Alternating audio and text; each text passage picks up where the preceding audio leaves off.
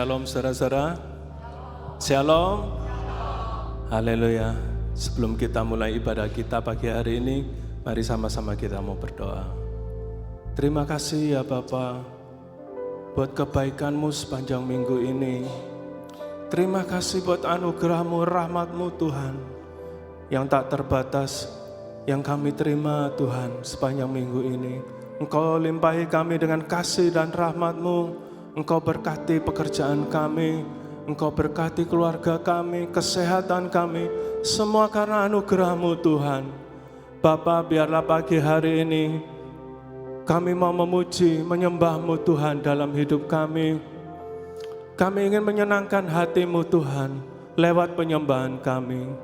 Biarlah Engkau bertakhta di atas pujian penyembahan kami. Hati-Mu disenangkan ketika anak-anak-Mu memuji, menyembah-Mu, mengagungkan nama-Mu ya Bapa. Terima kasih ya Tuhan, kami mau memuji nama-Mu di dalam nama Tuhan Yesus Kristus. Mari saudara yang siap memuji Tuhan sama-sama katakan amin.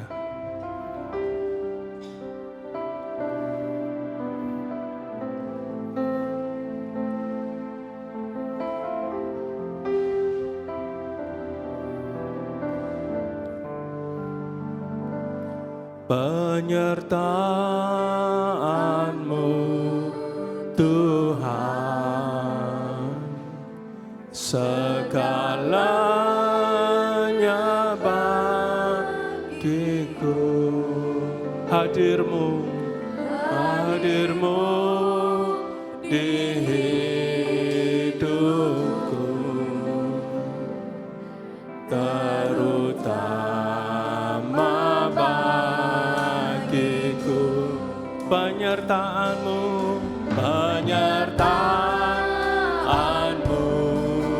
Tuhan. Katakan segalanya Tuhan. Oh, amin, amin Yesus. Di hidupku, terutama bagiku, anugerah-Mu,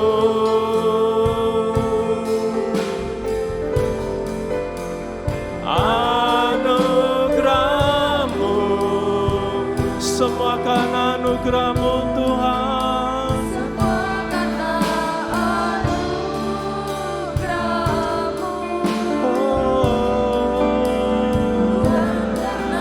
Kekuatanku, anugerah-Mu,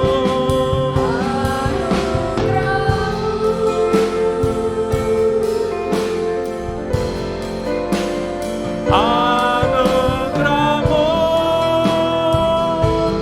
Tuhan. Kasih dan sayang-Mu, sumber kekuatan bagiku. Penyertaan-Mu Tuhan, penyertaan-Mu Tuhan. Minta penyertaan Tuhan dalam setiap langkah-Mu.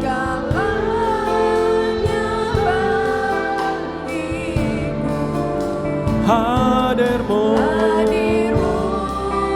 di hidupku, terutama bagiku, terutama bagiku. Penyertaan-Mu Tuhan, penyertaan-Mu Tuhan, segalanya.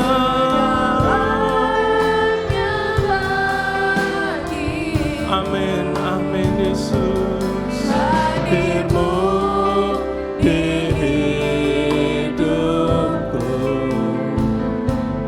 terutama bagiku. Anugerah-Mu, anugerah-Mu,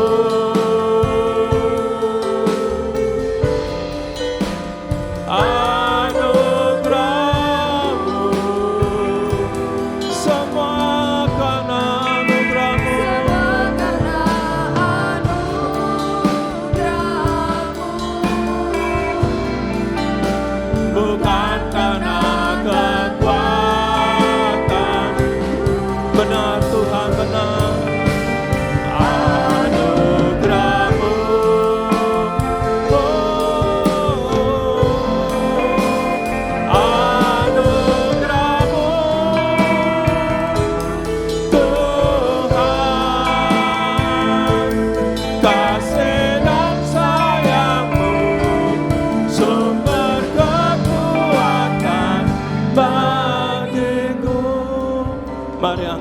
anugerah-Mu sama-sama. Anugerah-Mu. Mari jemaat Tuhan katakan.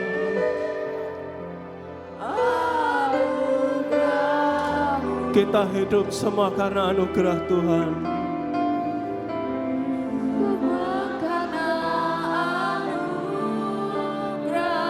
Kita ada saat ini semua karena anugerah Tuhan. Bukan karena kekuatan-Mu.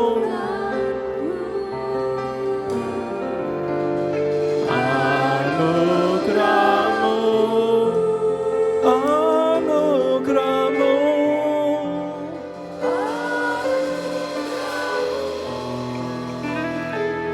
Tuhan, kasih dan sayang-Mu, sumber kekuatan bagiku. Anugerah-Mu Tuhan, anugerah-Mu. Mari kita mau sama-sama bangkit berdiri.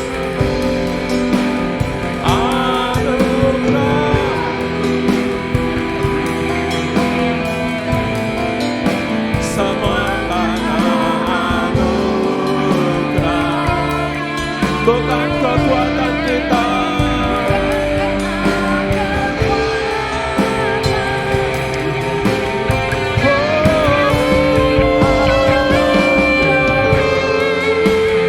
Anugerah-Mu Tuhan, anugerah-Mu Tuhan, kasih dan sayang-Mu, sumber kekuatan bagiku.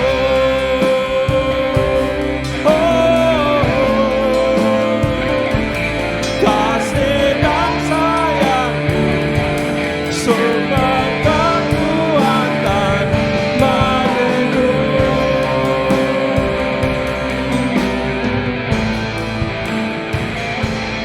Kasih dan sayang-Mu, sumber kekuatan bagiku. Berikan kemuliaan bagi Yesus. Oh, kasih dan sayang-Mu Tuhan, sumber kekuatan kami. Haleluya, haleluya.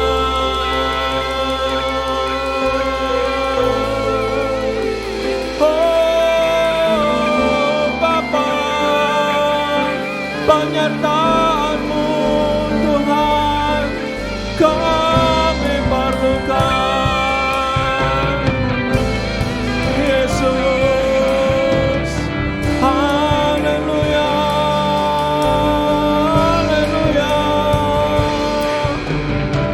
haleluya Tuhan. Penyertaan-Mu Tuhan, kasih dan anugerah-Mu melimpah dalam hidup kami. Haleluya. Bapa, biarlah kasih dan anugerah-Mu Tuhan, itulah sumber kekuatan kami Tuhan. Terima kasih ya Bapa, di dalam nama Tuhan Yesus. Haleluya. Amin. Berikan kemuliaan bagi Allah kita. Saudara siap diberkati Tuhan pagi hari ini? Mari berikan salam ke kanan kiri saudara kita. Tuhan baik.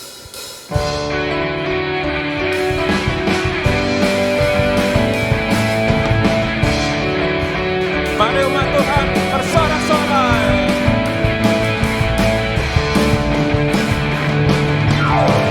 Bersorak-sorai, muliakan namanya. Dia berterangkan tinggikan, bertepuk tangan.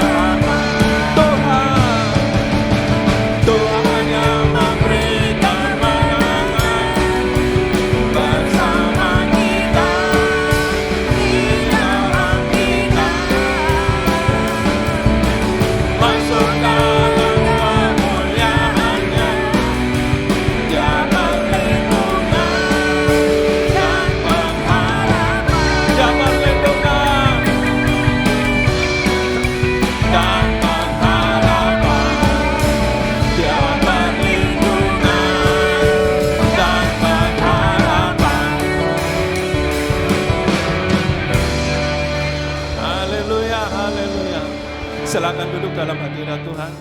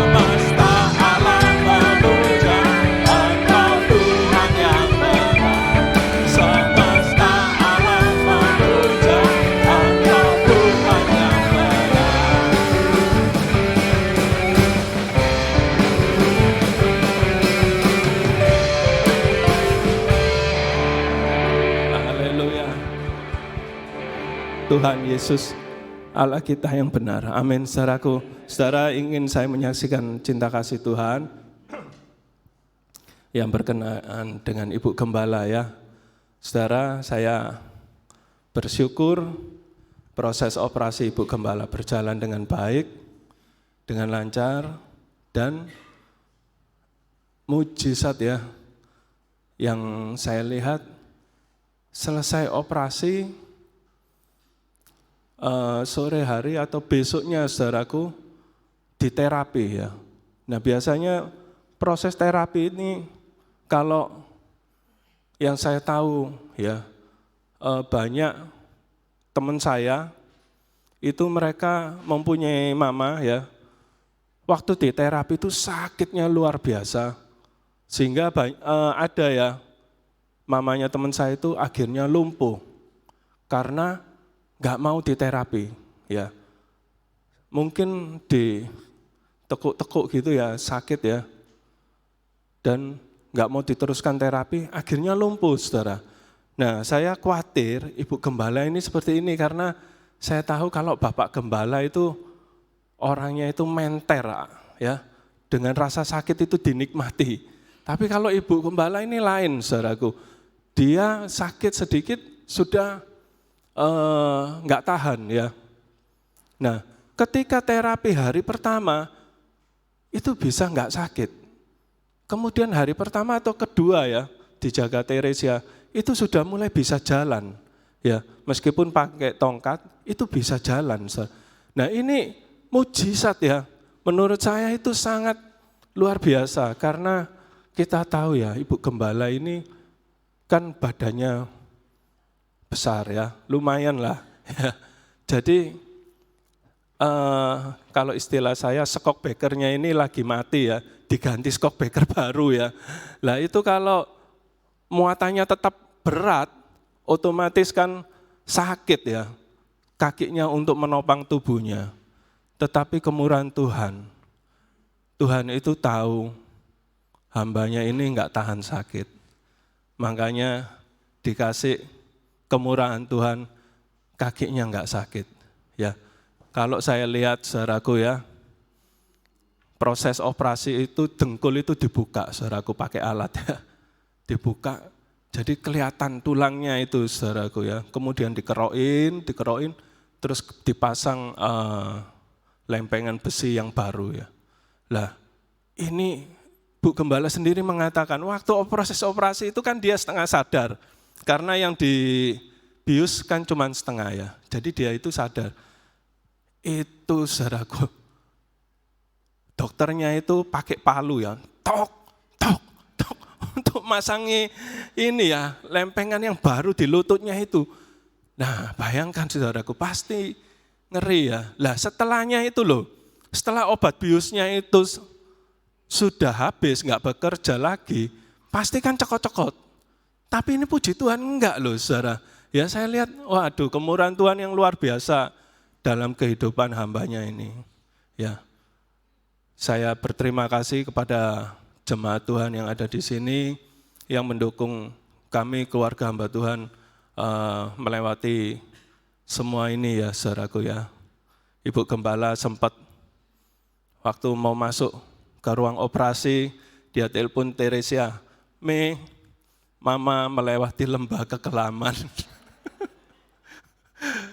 Saya itu ya mau ketawa ya dalam hati itu ya kalau maaf ya, kalau dibandingkan Bapak Gembala ya ini jauh dari nyawa lah, istilahnya kan begitu saudaraku ya. Tetapi prosesnya itu loh yang sakit ya saudara.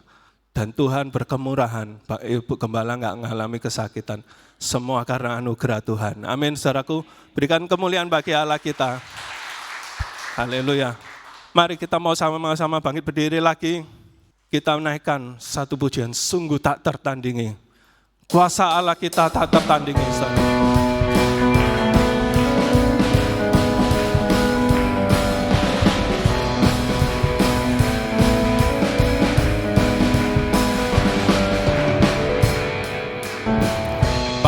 Siapa kau bandingkan perbuatannya yang heran?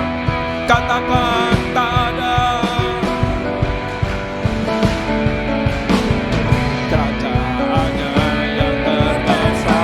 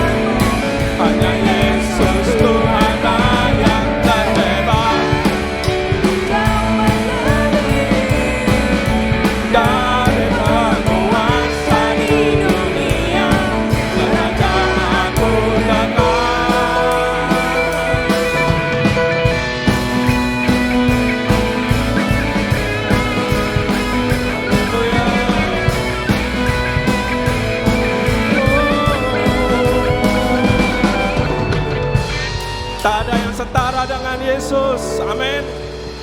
Haleluya. Silakan duduk saudara. Kita mau memberikan persembahan untuk pekerjaan Tuhan yang pertama.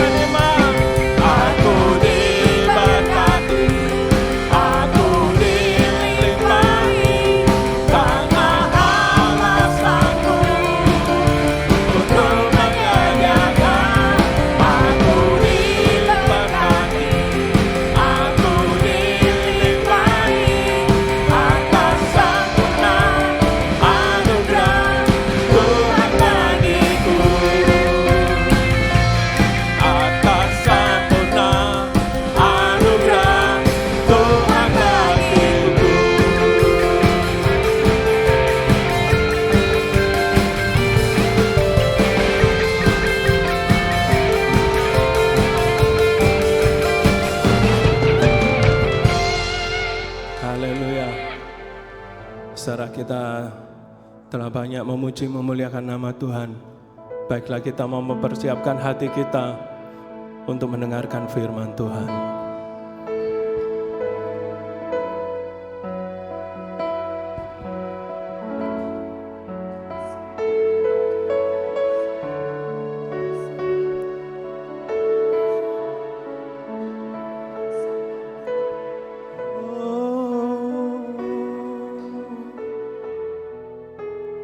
Yesus, Kau di pihak kami Tuhan, dan kepercayaan kuasa-Mu nyata,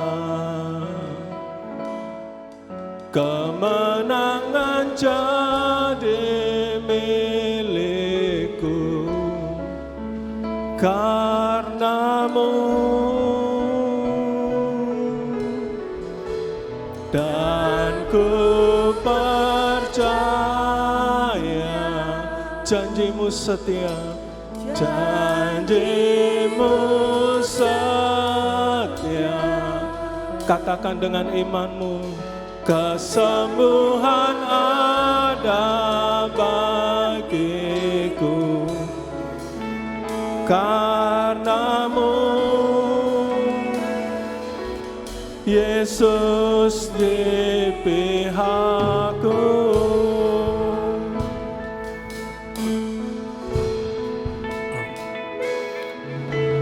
Kuasa firman-Mu bolehkan bangkitkan imanku, salib-Mu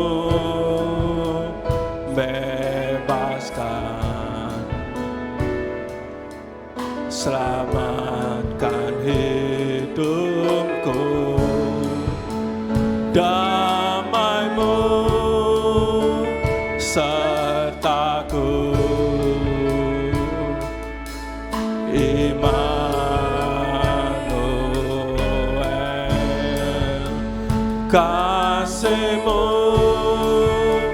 bagiku selamanya,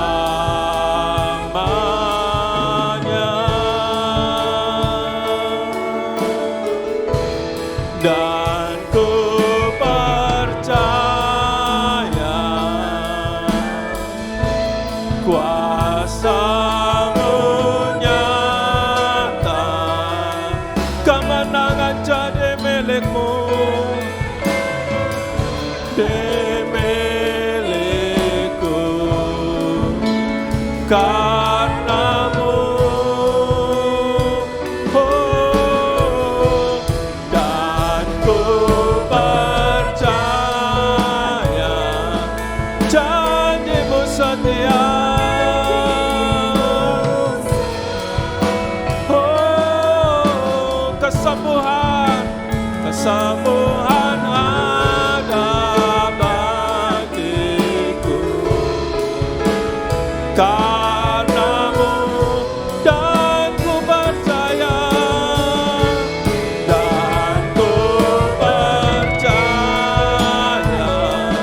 kuasa-Mu Tuhan, kemenangan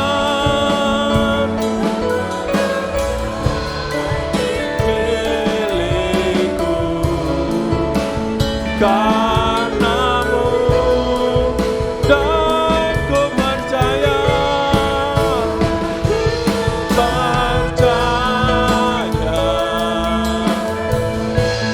janji-Mu setia, kesembuhan ada bagiku, karena-Mu, Yesus di pihakku.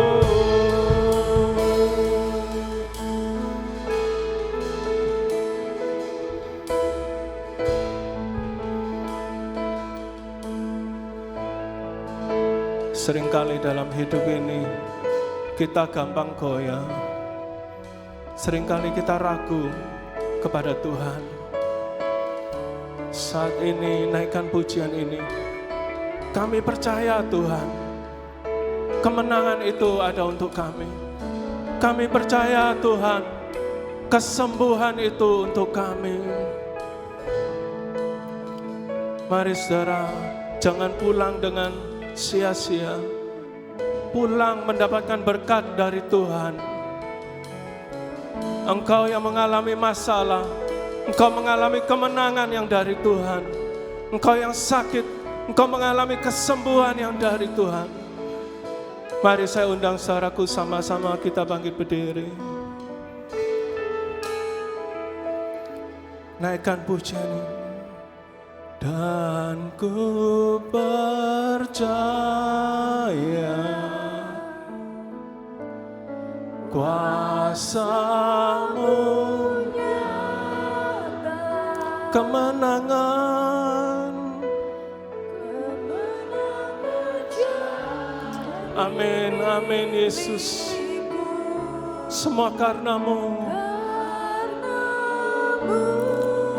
Dan ku percaya,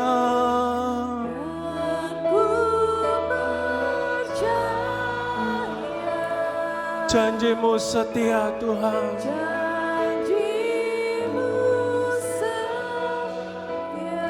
kesembuhan ada bagiku, dan bagiku, karena-Mu. Dan ku percaya,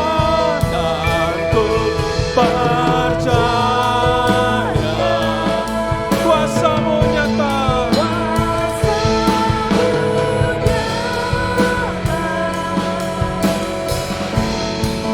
kemenangan jadi milikku, karena-Mu Yesus.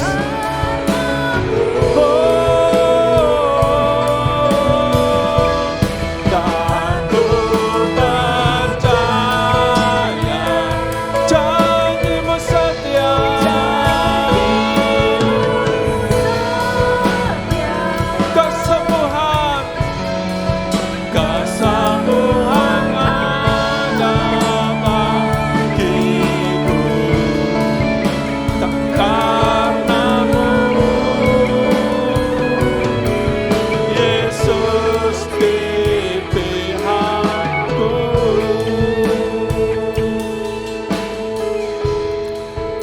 kemenangan ada bagi pemulihan ada bagi kesembuhan ada bagiku.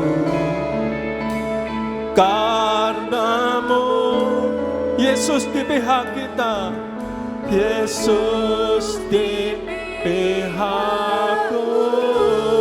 Berikan kemuliaan bagi Yesus. Oh amin, amin. Terimalah kemenangan dari Tuhan, terimalah kesembuhan dari Tuhan. Terima kasih ya Bapa. Kami percaya Tuhan, saat ini kami sudah mendapat kesembuhan dari-Mu. Kami percaya Tuhan, kami mendapatkan kemenangan dari-Mu Tuhan. Semua karena-Mu Yesus, semua karena-Mu Yesus, sebab Engkau di pihak kami Tuhan. Bukan dengan kuat gagah kami Tuhan, tetapi semua karena anugerah-Mu Tuhan. Terima kasih ya Bapa, terima kasih. Bapa, sebentar kami akan mendengarkan firman-Mu. Kami mau buka hati kami yang terbaik untuk firman-Mu Tuhan. Karena itulah yang menjadi kekuatan kami di dalam kami menghadapi masa-masa yang tidak mudah ini Tuhan. Firman-Mu lah ya Tuhan yang menjadi kekuatan kami. Terima kasih ya Bapak, biarlah firman-Mu menjadi rema bagi anak-anak-Mu Tuhan. Kami percaya Tuhan, kami percaya. Di dalam nama Tuhan Yesus, mari semua yang siap menerima firman Tuhan sama-sama katakan amin. Silakan duduk dalam hadirat Tuhan. Selamat pagi Bapak Ibu, saudara yang dikasihi Tuhan. Ya, kembali kita akan belajar kebenaran firman Tuhan. Tinggal di soto rumah, tinggal di atap rumah. Apa maksudnya? Ya, kita akan membaca di dalam Amsal 21 ayat 9. Mari sama-sama kita bangkit berdiri, kita sama-sama membacanya. Amsal 21 ayat 9.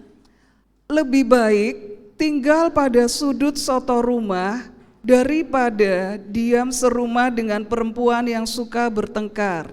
25 ayat 24. Lebih baik tinggal pada sudut soto rumah daripada diam serumah dengan perempuan yang suka bertengkar. Amin. Silakan duduk. Bapak Ibu, ayat ini diulang 2 kali, gitu ya. Mungkin kita yang enggak ngerti ayat ini, ya ketika berantem sama istri, loh itu loh ayatnya di Amsal itu. Kalau berantem sama istri, ya lebih baik kabur. Nah, apa seperti itu? Ya Bapak Ibu, next gitu ya. Apakah benar ayat ini berhubungan dengan mengasihi istri gitu ya? Bukankah ayat ini mengajarkan untuk menghindar kepada istri jika istrinya itu cerewet gitu ya? Jadi waktu istrinya ngomel, katanya Alkitab, dan itu yang aku garis bawah yang favorit, lebih baik tinggal di genteng lah gitu, di atas soto rumah daripada tinggal dengan perempuan yang suka bertengkar kayak kamu ini. Nah, apa kita seperti itu ya Bapak Ibu? Nah, apakah ayat ini ngajarin seperti itu? Apa maksudnya gitu ya? Terus ya makanya kalau seperti ini ya, kalau zamannya orang Ibrani itu tinggal di genteng lah. Kalau sekarang zamannya modern, ya udah tak tinggal pergi ke kafe aja sama teman-temanku. Nah, saudara, kita akan belajar sama-sama ya pelan-pelan ya. Keluarga menurut pemahaman Ibrani kuno itu seperti apa toh gitu ya. Bapak, ibu, anak laki-laki, anak perempuan, bapak, ibu, putra, putri itu seperti apa? Nah, kita sedikit belajar bahasanya supaya kita tahu filosofinya. Jadi, Bapak Ibu, bahasa Ibrani itu di setiap huruf itu hampir sama kayak bahasa Cina ya. Hurufnya itu mengandung makna. Hurufnya itu adalah satu gambar. Piktograf, gambar yang punya makna. Nah, kalau ini kesimpulannya gitu ya. Kalau bapak itu itu yang kuat dalam rumah, ibu itu yang merekatkan, putra itu yang meneruskan benih, putri itu tanda dalam rumah. Kalau cinta itu Ahab. Ahab itu sama ya dengan Af Bapak ditambah huruf H jadi cinta gitu. Lah kita belajar satu-satu ya, kenapa kok Bapak itu disebut yang kuat dalam rumah gitu. Next. Nah, kata Af Bapak itu Af itu ini huruf alef dan ini huruf bet gitu ya, alef bet gitu. Dari kanan ke kiri ya bacanya.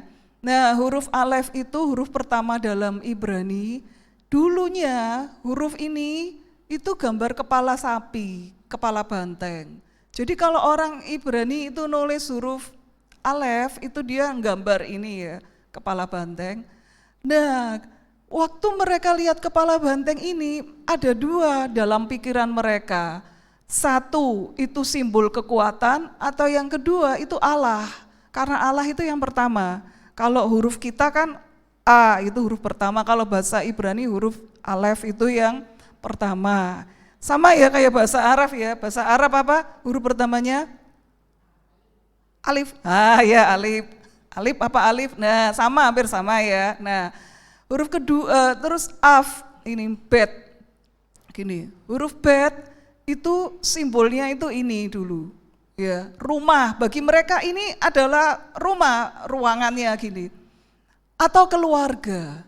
Jadi makanya dari dua huruf ini Bapak, ya dari dua huruf ini jadi huruf af, kata af Bapak adalah orang yang kuat di dalam rumah, di dalam keluarga.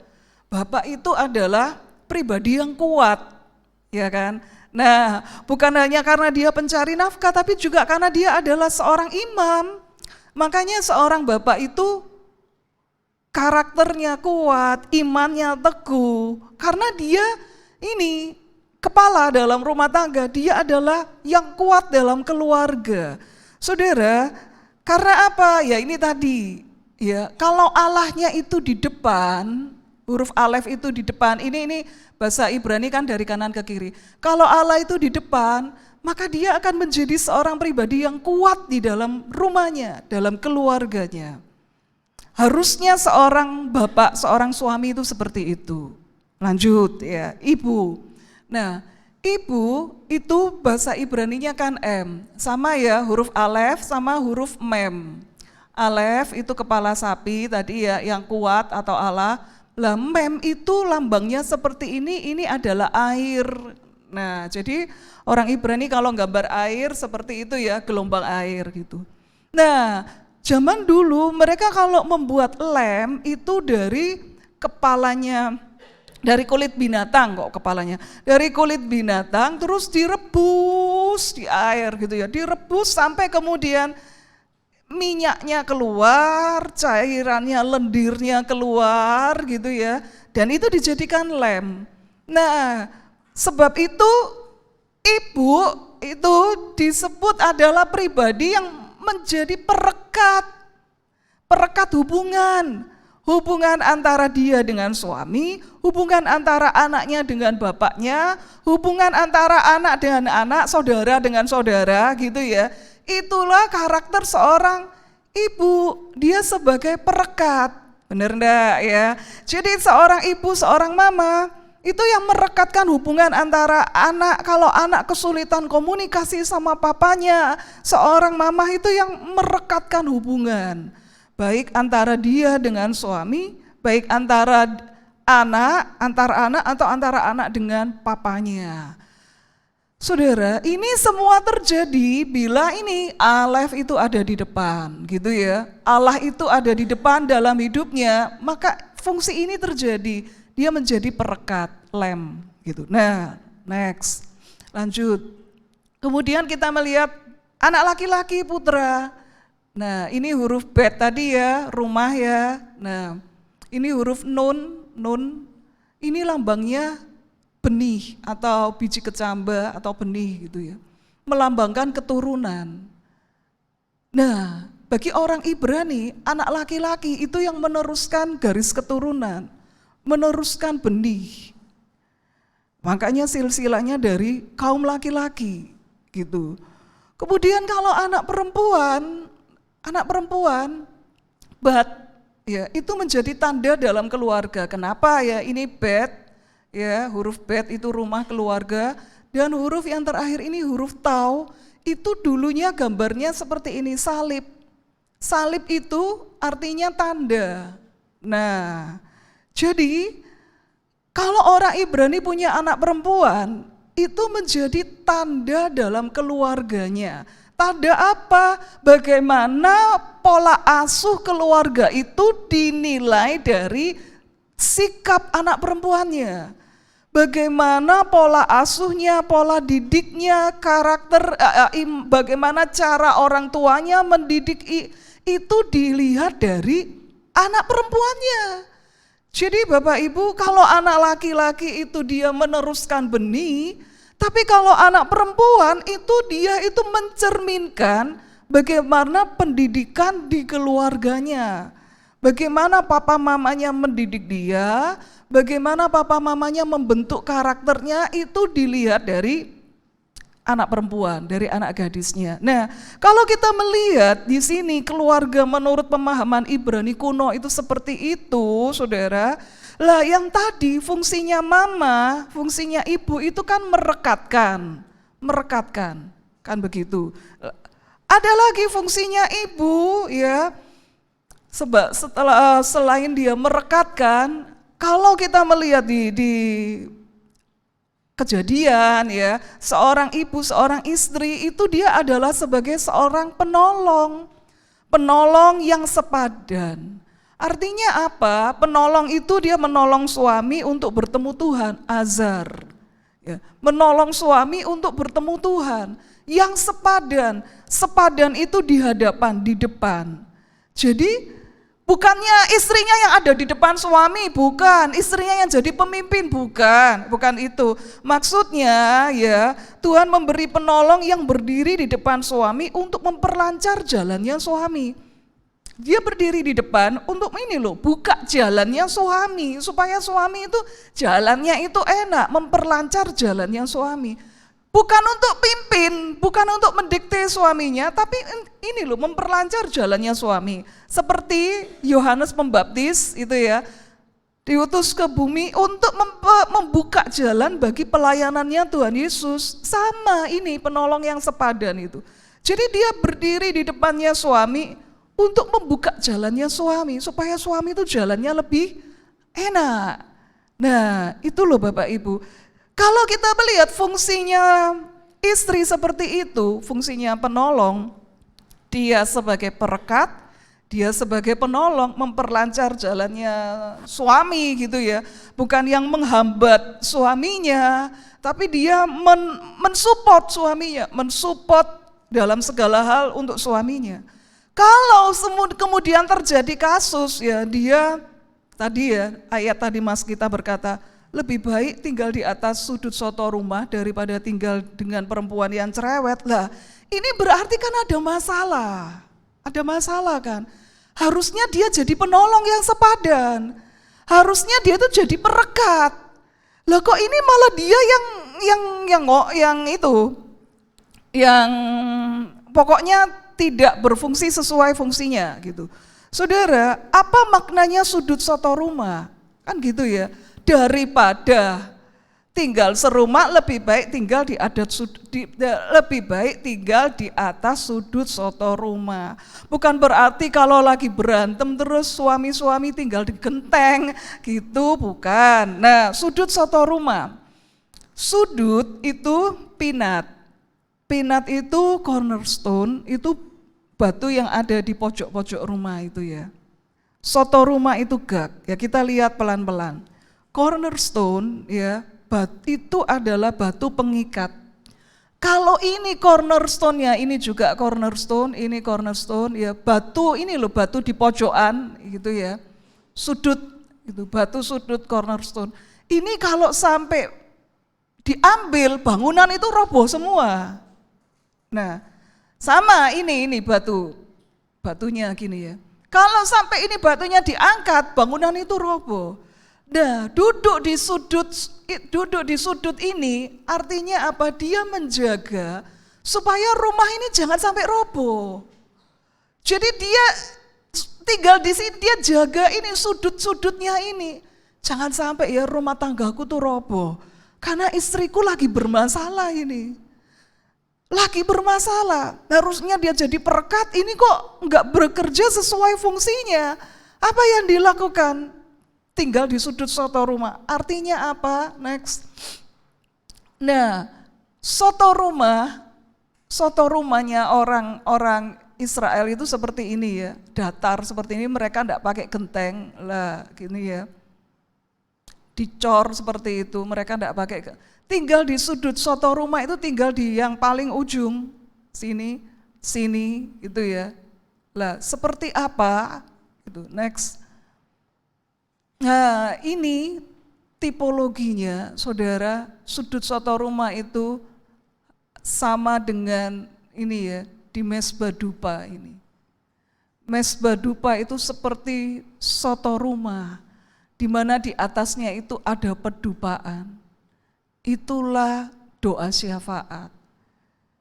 Walah, jadi maksudnya ini aku dikongkon doano istriku toh, ngono ae kok atek mumet-mumet lah. Mungkin seperti itu. Nah, coba kita baca Wahyu 8 ayat 3. Maka datanglah seorang malaikat lain dan ia pergi berdiri dekat mezbah dengan sebuah pedupaan emas dan kepadanya diberikan banyak kemenyan untuk dipersembahkannya bersama-sama dengan doa semua orang kudus di atas mezbah emas di hadapan tahta itu.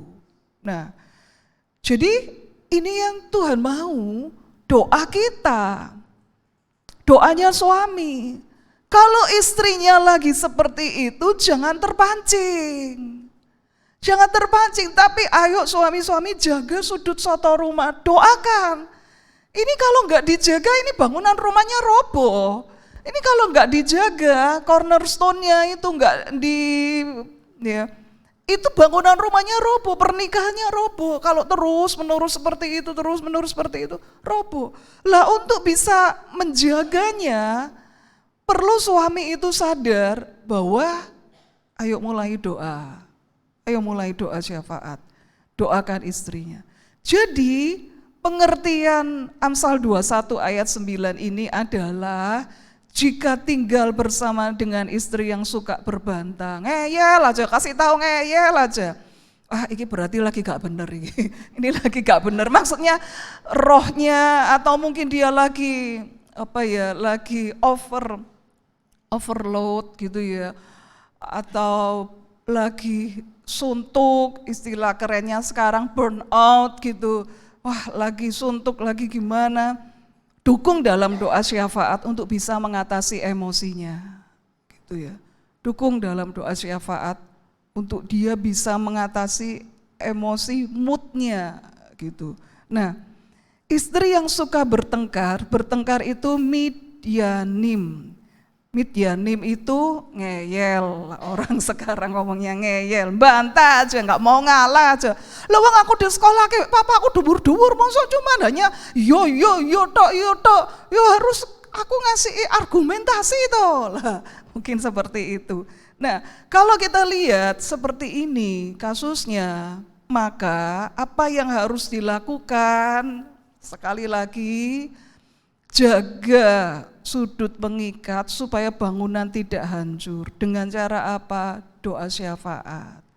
Tuhan, tolong Tuhan, istriku ini kok lagi seperti ini. Tuhan, beri kuasai Tuhan emosinya, beri ketenangan. Kalau mamanya seperti itu nanti berdampak sama suami, berdampak sama anak kan gitu. Dampaknya kan meluas. Bukan hanya pada suami tapi juga pada anak. Sebab itu suami-suami jangan terpancing, ayo doakan. Karena itu yang dibutuhkan. Makanya sama Amsal sampai diulang 2 kali. Ya ampun, si Salomo itu ya namanya seorang raja yang penuh hikmat.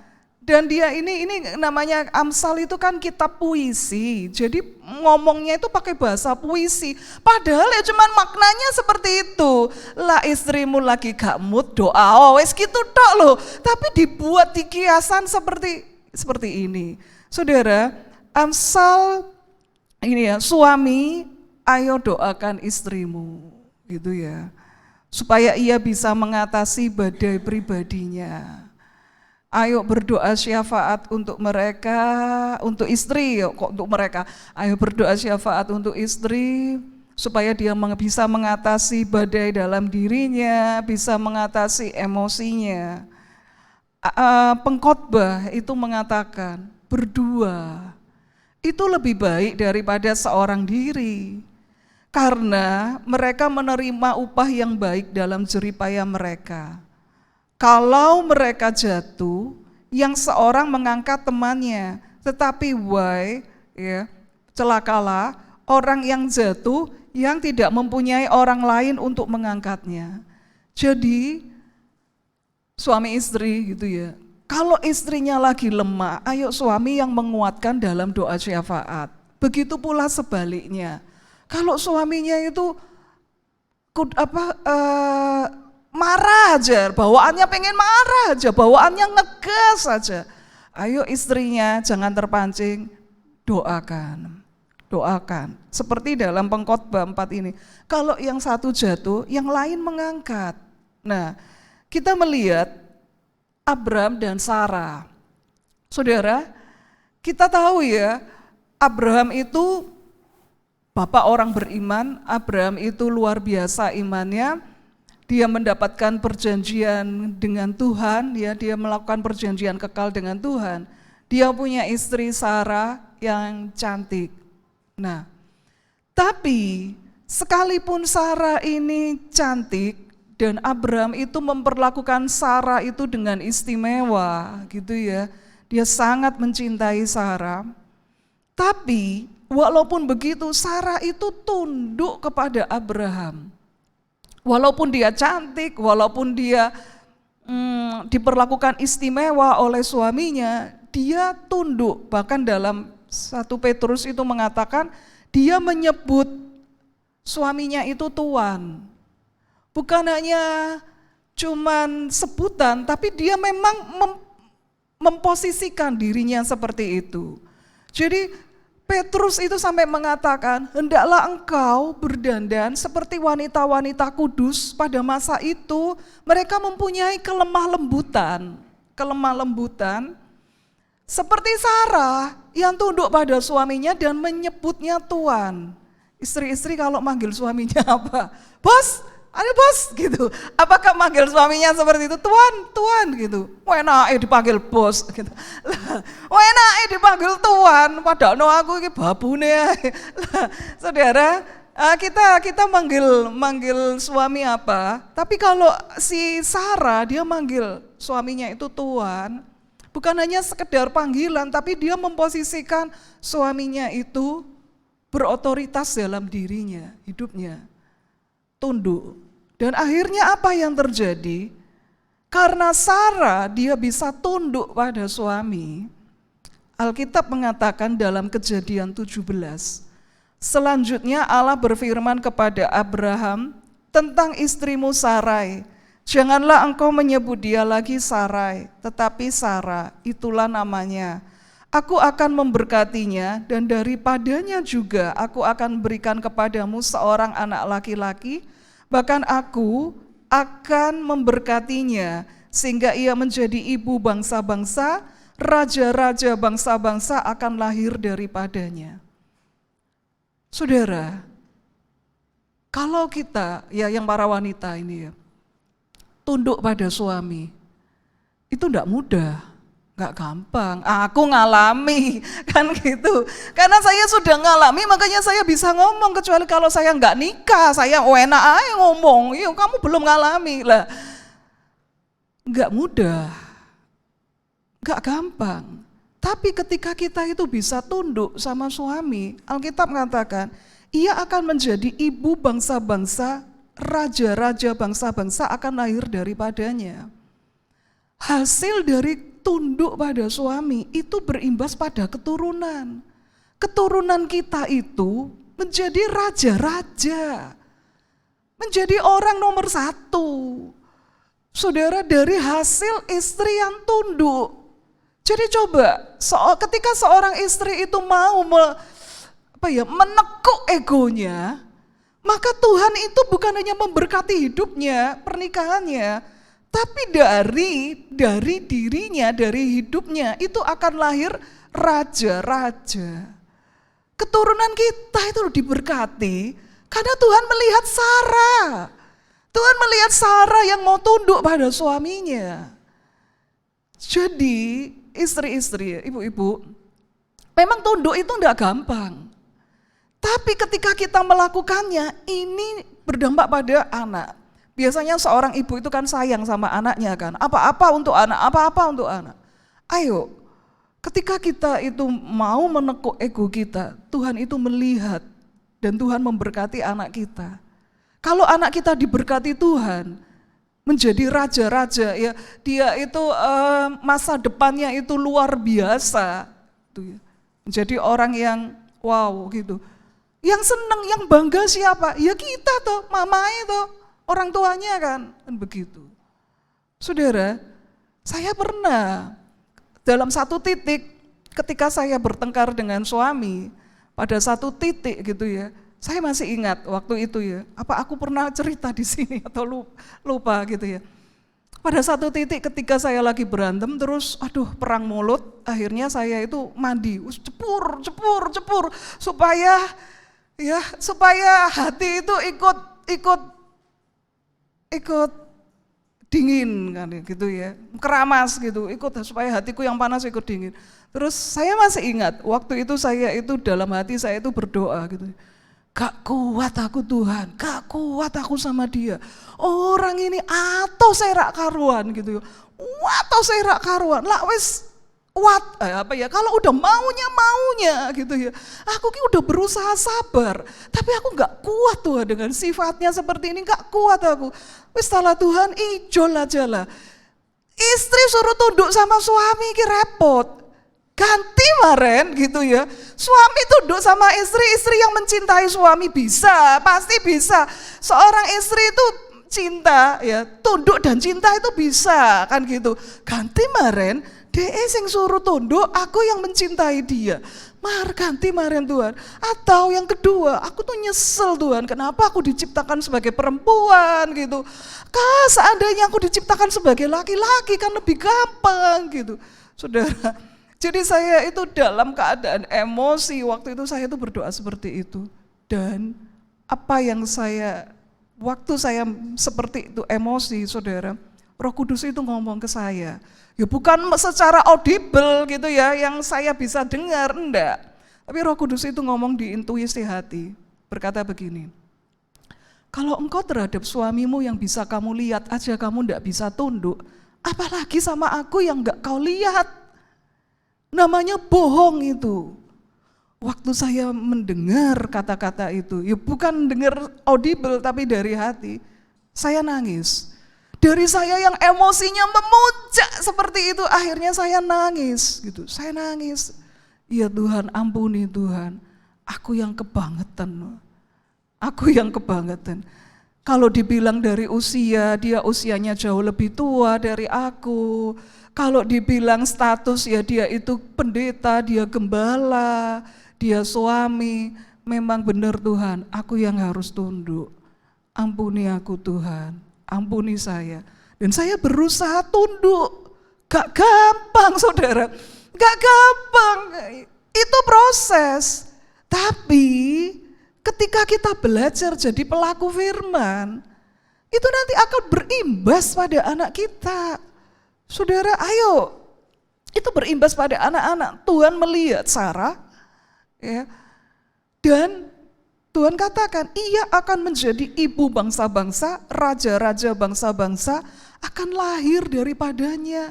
Gak cuma sembarangan anak yang dilahirkan, tapi ini bibit yang berkualitas, generasi yang berkualitas, generasinya raja-raja.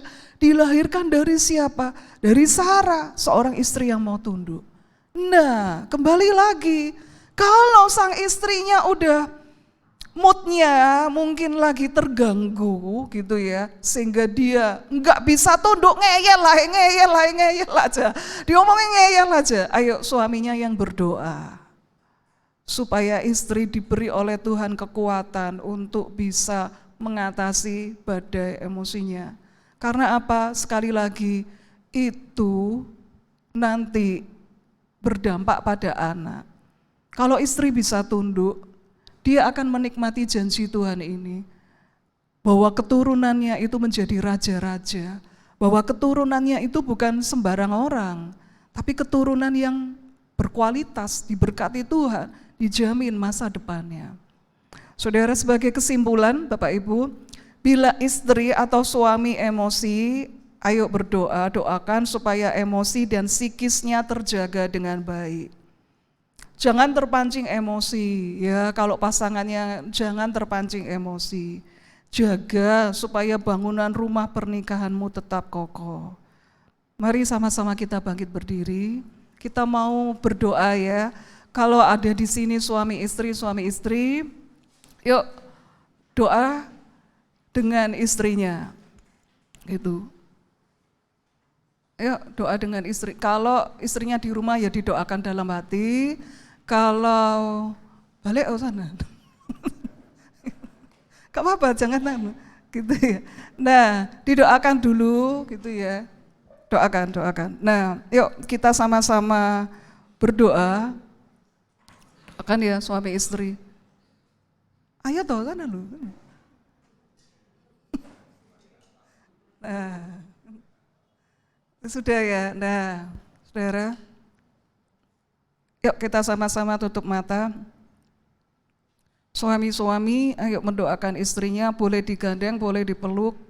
Doakan istrimu, ini di rumah Tuhan, biar di rumah Tuhan, Tuhan mendengar doamu.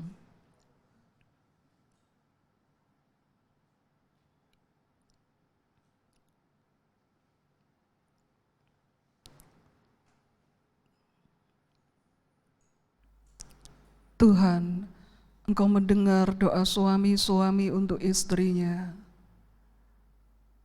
Tuhan, Engkau memakai mereka untuk menjadi penolong, untuk menjadi perekat di dalam keluarga, di dalam pernikahan, di dalam rumahnya. Tuhan memberkati ya Bapa.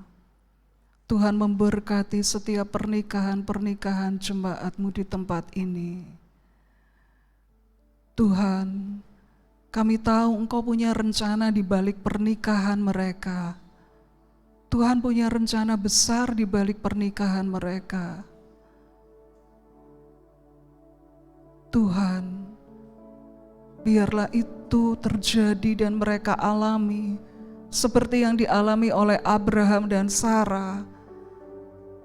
Dari garis keturunannya muncul raja-raja di bumi. Keturunan yang diberkati Tuhan, itu terjadi dari pernikahan jemaat-Mu di tempat ini ya Tuhan. Sehingga kami menjadi berkat, menjadi tanda ajaib buat banyak orang. Terima kasih. Kalau Tuhan, kami pun juga berdoa untuk anak, untuk menantu kami. Tuhan memberkati pernikahan anak-anak jemaat-Mu di tempat ini, menantu-menantu mereka, anak-anaknya, supaya mereka pun mengalami pernikahan yang bahagia dan garis keturunannya dipakai Tuhan. Kami serahkan Tuhan semuanya ke dalam tangan Tuhan. Kami tidak mau iblis bekerja merusak pernikahan, tetapi kami ingin Tuhan yang mengokohkan pernikahan jemaat-Mu Tuhan. Sebab Tuhan punya rencana besar di balik pernikahan itu. Terima kasih Bapa. Kami alaskan doa kami di dalam nama Tuhan Yesus. Amin. Puji Tuhan, kita sudah mendapatkan satu berkat firman Tuhan yang sangat baik bagi setiap kita. Sekali lagi, biar kita menjadi pelaku-pelaku firman Tuhan, supaya kehidupan kita, anak cucu kita juga diberkati Tuhan. Kami semuanya mengucapkan terima kasih untuk pelayanan Pastor Teresia yang sudah menyampaikan berkat bagi kita. Kita juga berdoa supaya pelayanan beliau di Semarang juga Tuhan berkati bersama-sama dengan keluarga dan jemaatnya di sana. Berita Gereja, acara ibadah di tempat ini setiap hari Selasa, di gereja diadakan ibadah wanita setiap jam 4 sore, kemudian ibadah doa puasa setiap hari Kamis jam 8 pagi, dan setiap hari Jumat di gereja diadakan ibadah doa malam secara online melalui Zoom jam 7 malam. Sekali lagi saya meminta jemaat bisa bergabung di dalam ibadah doa malam ini. Kita support setiap acara-acara ibadah yang ada di gereja kita. Dan setiap hari Sabtu jam 7 malam gereja mengadakan ibadah kaum muda. Dan hari Minggu seperti hari ini pagi hari 7:30 pagi kita mengadakan ibadah umum. Dan untuk minggu depan tanggal 27 Oktober kembali firman Tuhan akan disampaikan oleh Bapak Pendeta Doni Tatimu. Puji Tuhan, demikian berita gereja yang bisa saya sampaikan. Saya kembalikan kepada WL. Ya, sedikit pengumuman lagi ya saudaraku. Nanti kita sebagai warga negara Surabaya, Indonesia ya, di kota Surabaya ini kita tanggal 27 November kan kita akan mengadakan, bangsa kita akan mengadakan pilkada ya. Jadi baik jemaat Tuhan jangan sampai nggak nyoblos ya. Semua harus yang sudah umurnya sudah ada ini sudah sesuai dengan peraturan diharap nyoblos, jangan sampai golput ya. Tanggal 27 November kita sama-sama mau hadir di TPS masing-masing. Ya, demikian pengumuman. Tuhan Yesus memberkati. Kita akan memberikan persembahan untuk pekerjaan Tuhan yang kedua.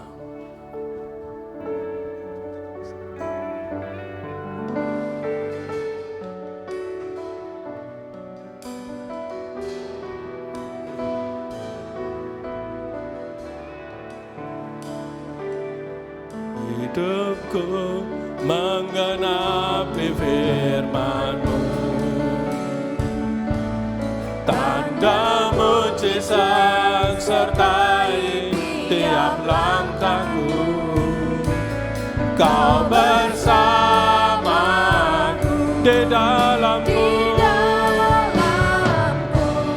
jadi bukti kebesaran-Mu. Hidupku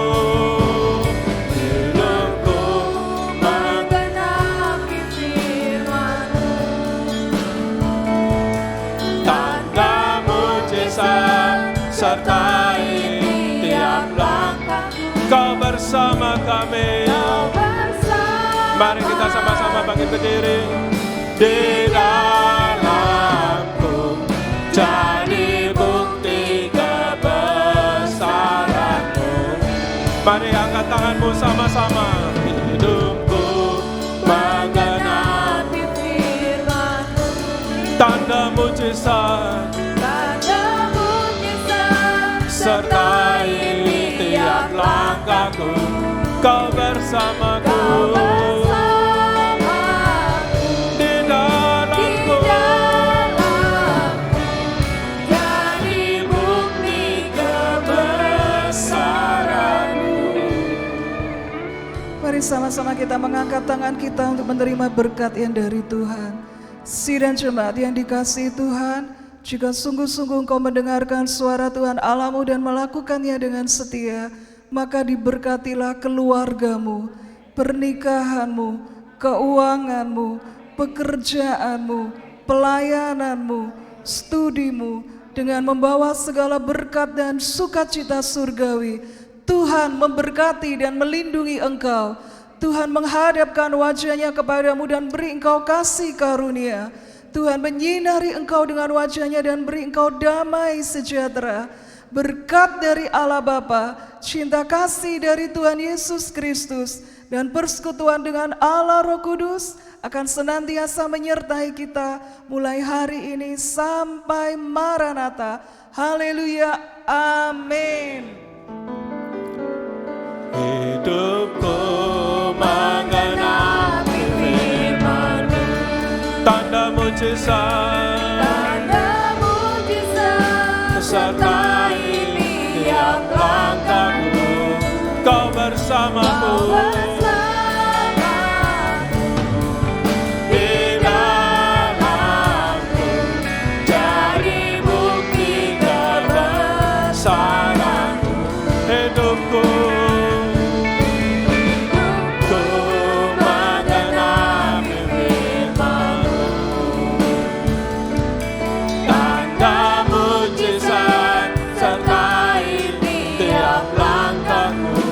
Kau bersamaku di dalamku, jadi bukti kebesaran-Mu. Kau bersamaku di dalamku, jadi bukti kebesaran-Mu. Terima kasih, Tuhan Yesus berkati. Selamat hari Minggu.